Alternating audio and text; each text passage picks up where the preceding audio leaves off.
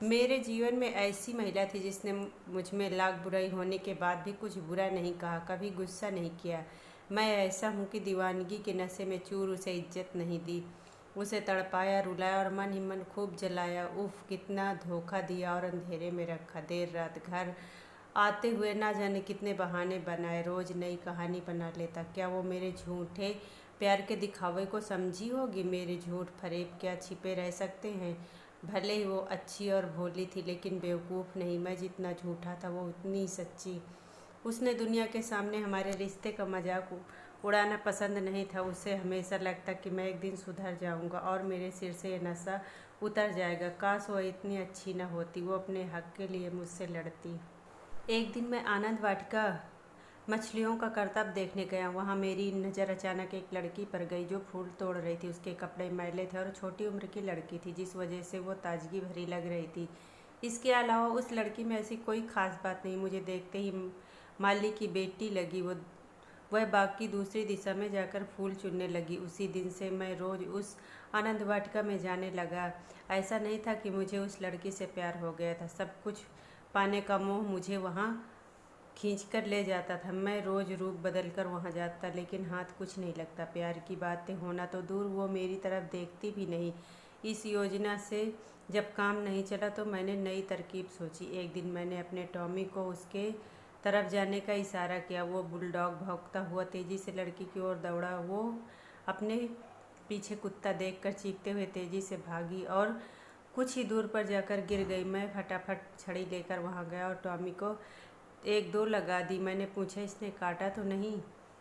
उस लड़की ने दुपट्टे से मुंह को ढकते हुए कहा, तुमने समय पर आकर बचा लिया, वरना ये तो मुझे मार ही डालता। अपनी तारीफ उसे सुनकर मन को अच्छा लगा और दिल जोर से धड़का। मेरे मन में हुआ कि यह तरीका काम कर गया। उस दिन से उस फूलमती से मेरी बातें शुरू हुई। ऐसा नहीं था कि मैं उस लड़की के सौंदर्य से प्रभावित था, क्योंकि मेरी पत्नी इंदु सुंदर कोई हो ही नहीं सकता था। फिर भी न जाने क्यों उस फूलमती की धसी हुई आंखों और गालों पर फिदा हो रहा था। होते होते मैं खुद मोहब्बत के जाल में फंस गया। घर बार मुझे कुछ भी अच्छा नहीं लगता था, लेकिन मेरे इस प्रेम के बारे में किसी को खबर ना हो, इसलिए मैं घर में इंदु से काफ़ी प्यार से बातें करता था। वक्त के साथ मैंने ये नाटक बंद कर दिया और फिर घर व पत्नी की ज़रूरतों से मुंह मोड़ लिया। मेरा वक्त, पैसा, सब कुछ सिर्फ फूलमती का ही था। एक दिन मैं हमेशा की तरह शाम के समय आनंद वाटिका में घूम रहा था। तभी मैंने फूलमती को देखा। वो मेरे दिए हुए गहने और रेशम की साड़ी पहनकर फूल तोड़ रही थी। उसी वक्त राजा भी कुछ दोस्तों के साथ वहाँ पहुँच गए। उन्होंने फूलमती से पूछा, तुम कौन हो और यहाँ क्या कर रही हो? उस समय आनंद वाटिका में बहुत सारे लोग थे। सभी मेरी तरफ देखने लगे। मुझे भी लगा कि झट से जवाब दे देना चाहिए, नहीं तो पता नहीं क्या हो जाए। मैंने कहा, महाराज, ये यहाँ के माली की बेटी है। यह सुनते ही राजा और बिगड़ गए। उन्होंने पूछा, ये माली की बेटी है? इसके कपड़े गहने देखकर तो कहाँ से लग रहा है कि ये माली की बेटी है। तभी माली भी वहाँ पहुँच गया और उसने जवाब में कहा, साहब, यह मेरी ही बेटी है। राजा ने गुस्से में पूछा, तुम्हारी तनख्वाह कितनी होगी? माली ने बताया, 5 रुपए। फिर राजा ने पूछा, क्या यह शादीशुदा है? माली बोला, नहीं। तो फिर यह सुनते ही महाराज नाराज हुए और बोले कि फिर इतने कीमती गहने और कपड़े इसके पास कहाँ से आए? इसका मतलब तुम चोरी करते हो। अभी मैं तेरी शिकायत पुलिस में करता हूँ। कमाता है 5 रुपए और बेटी को गहनों से लाद रखा है। महाराज के पैर पर गिर कर माली बोलने लगा, साहब, मेरी वफादारी पर सवाल मत उठाइए। ये इस लड़की की ही हरकत है। आजकल ये बड़े लोगों के साथ उठने बैठने लगी है। इसने मेरी नाक कटा दी। वहाँ से ही इसे ये सब कुछ मिला है। आप जानते ही हैं अमीर लोग कैसे होते हैं। इतना सब सुनते ही महाराज ने जोर देते हुए पूछा, क्या इसका संबंध किसी सरकारी नौकर के साथ है? माली ने जवाब में हाँ कहा। फिर महाराज बोले, जब भी मैं तुमसे उसका नाम पूछूंगा तुम्हें बताना होगा। वो सिर झुकाते हुए कहने लगा, बिल्कुल महाराज, सच को किसी बात का भय नहीं होता।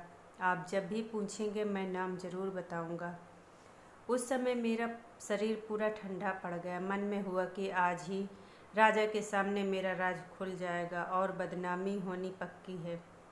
लेकिन महाराज ने अपने दरबार के कार्यकर्ता की इज्जत यूं सरेआम उछालना ठीक नहीं समझा और नाम बाद में पूछने की बात कहते हुए अपने गाड़ी में बैठकर महल की तरफ चले गए। तभी मैं अपने घर पहुंचा। वहां एक बूढ़ी औरत दिखाई दी। वो बिल्कुल पूछताछ करने वाली जासूस महिला लग रही थी, जो चेहरे पर नकली भोलापन लेकर चलती है। मैंने अंदर जाते ही पत्नी से पूछा, कौन थी वो? उसने बताया कि एक भिखारन थी। मेरे मन में हुआ कि वो ऐसा तो नहीं लग रही। मैंने गुस्से में कहा, वो भीख मांगने आई थी? ऐसा तो बिल्कुल नहीं लग रहा था। मेरी पत्नी ने मुझ पर तंज कसते हुए कहा, आजकल अंदर से कौन कैसा होता है किसी को पता थोड़ी चलता है। तभी वो रोते हुए बोली, मुझ पर शक मत करो, मैं उस महिला की बात पर आ गई थी और पूरे घर का हाल बता दिया। मेरा गुस्सा कम हुआ और मैंने इंदुमती से पूछा, आखिर क्या हाल बता दिया तुमने उसे?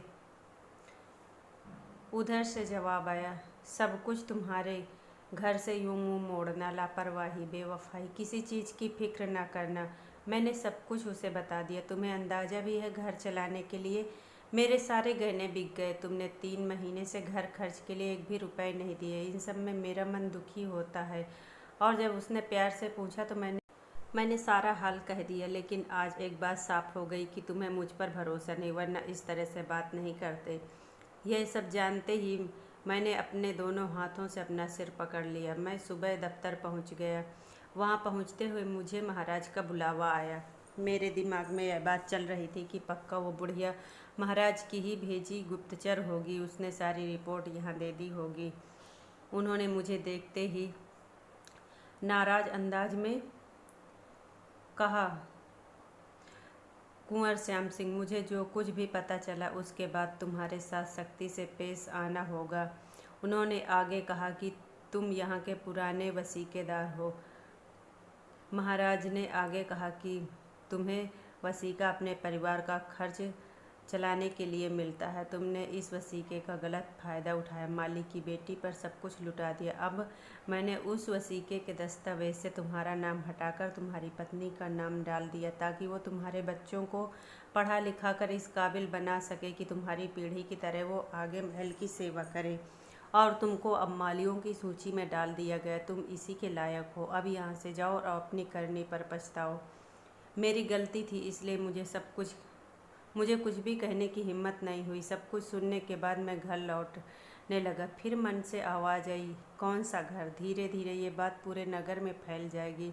लोग तरह तरह की बातें करेंगे, कुछ झूठी हमदर्दी दिखाएंगे तो कुछ मजाक उड़ाएंगे। फिर मन में हुआ कि एक बार फूलमती से मिल लूँ, लेकिन लगा कि अब न वो रौब है और न ही रुतबा। उससे कैसे मिलूँ? उसने कहीं भावनाओं में बहकर मेरे साथ चलने की बात कह दी तो क्या करूँगा? इतना सोचकर मैं बम्बई की ओर निकल गया। अब बम्बई की एक मिल में नौकरी करते 2 साल बीत गए। पैसे के नाम पर बस इतना ही मिलता था कि किसी तरह कुछ खा पी लूँ। एक बार मैं चुपचाप अपने घर गया। वहाँ देखा कि मेरे बच्चे घर के बाहर अच्छे से खेल रहे थे। मेरी पत्नी ने पूरे घर को अच्छे से संभाल रखा था। घर के बाहर 2 लालटेन जल रहे थे। मेरी खोज करने के लिए अखबार में कुछ इश्तहार भी छपे थे, लेकिन इस मुँह को लेकर मैं कहाँ जाता। मैंने फूलमती को भी देखा। पता चला कि वो किसी नए रईस के साथ थी। अपनी ज़िंदगी पर अफसोस करते हुए मन में हुआ कि और खुद अपनी हंसी खुशी को पैरों से ठोकर मारकर अब पछता रहा हूँ। मैं वो इंसान हूँ जिसने अपने सब कुछ को खुद से ही जला दिया और अब उसकी राख भी नहीं बची। कहानी से सीख, अपने घर परिवार को भूलकर किसी पराई महिला के चक्कर में पड़ने से सब कुछ बर्बाद ही होता है। दूसरी सीख यह कि झूठ छुपाए नहीं छिपता। ऐसी ही कहानी सुनने के लिए प्लीज़ कहानी को लाइक करना और चैनल को सब्सक्राइब ज़रूर कर लेना।